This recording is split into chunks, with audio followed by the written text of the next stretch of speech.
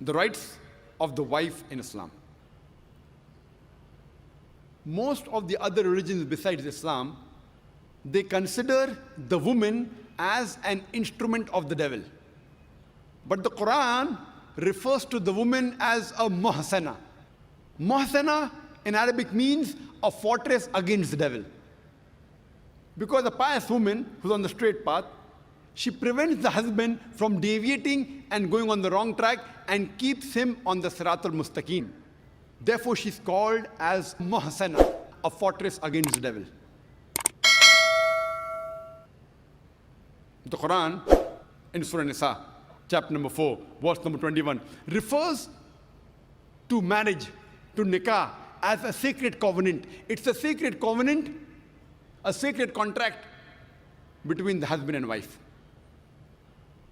The Quran says in Surah Rum, chapter number 30, verse number 21, that we have created for you mates from amongst yourselves, so that you may live with them in tranquility, and He has put love and mercy between your hearts.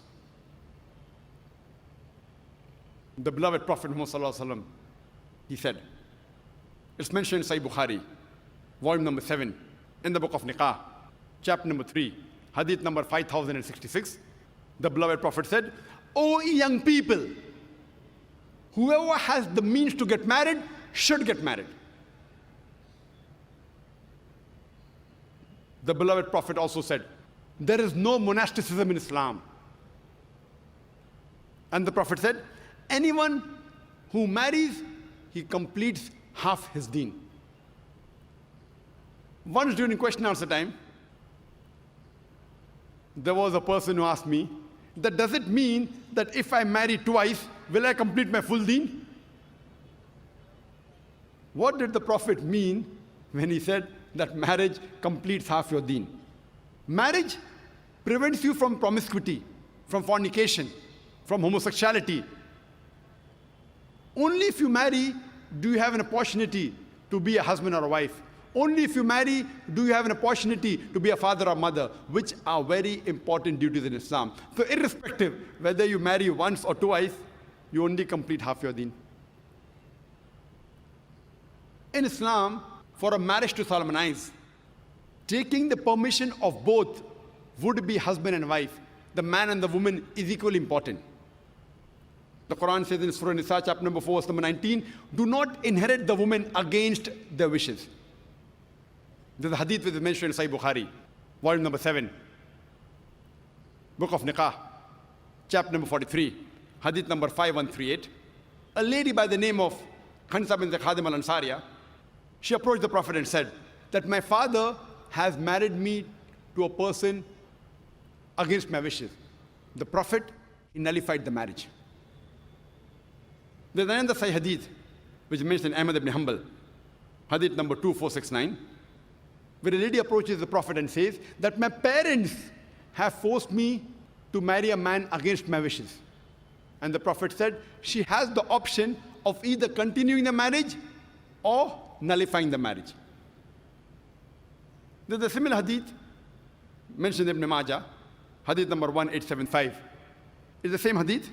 A woman approaches the Prophet and tells her that my parents have forced me to marry against my wishes. And the Prophet says, you can either continue the marriage or you can nullify the marriage. And the woman says, I continued the marriage, but I wanted the woman to know that the parents cannot force their daughters to marry someone who they don't like. The Quran says in Surah Baqarah, chapter number 2, verse number 228, that the women have rights similar to those against them on terms equitable, but the men have a degree of advantage. Based on this verse of the Quran, men and women are equal except in leadership. The Quran clearly says that the women have rights, those similar to them, on terms equitable, but the men have a degree of advantage. Now, many of the Muslims, they misunderstand this ending phrase that the men have a degree of advantage, and they think that men are superior. And they quote the verse of the Quran, "Ar-rijalu qawwamuna 'ala an-nisa," that the men are superior to the women. So Allah has said, the men have degree of advantage, the men are superior.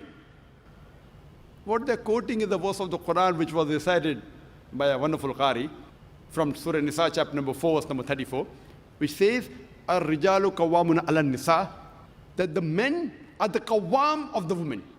What is the meaning of the Arabic word qawwam?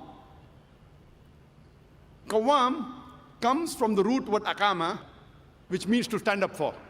How we have aqama before salah, we stand up for salah.